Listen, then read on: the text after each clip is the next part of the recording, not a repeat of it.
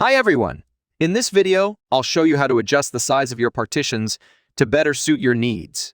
Before we begin, it's important to note that resizing your partitions will affect the data on your computer, so it's essential to make a backup of your important files before proceeding.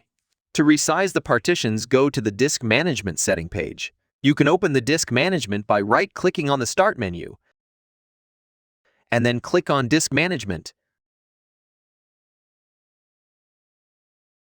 Or go to the desktop, right-click on PC. Now click on Manage.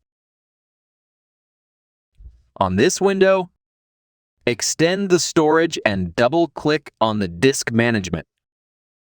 Here you can see all the partitions on your computer. I'll be focusing on the F drive, which is usually the partition that contains any kind of files and data. To resize this partition, we need to shrink it first. Right-click on the partition and select Shrink Volume. In the next window, you'll see how much space is available to shrink. Once you've shrunk the partition, you'll see that there is now unallocated space on the hard drive. This is the space I'll be using to create a new partition. Right-click on the unallocated space and select New Simple Volume. Follow the on-screen instructions to create the new partition and format it. You can now use this new partition to store files and data.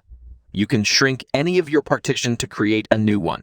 Keep in mind that resizing your partitions can be a complex process, and if not done properly, it can result in data loss. So be sure to back up your data beforehand and proceed with caution. I have covered the basics of resizing partitions on Windows 10. I hope you learned something new from this video. Please don't forget to like and share it with your friends. Thanks for watching.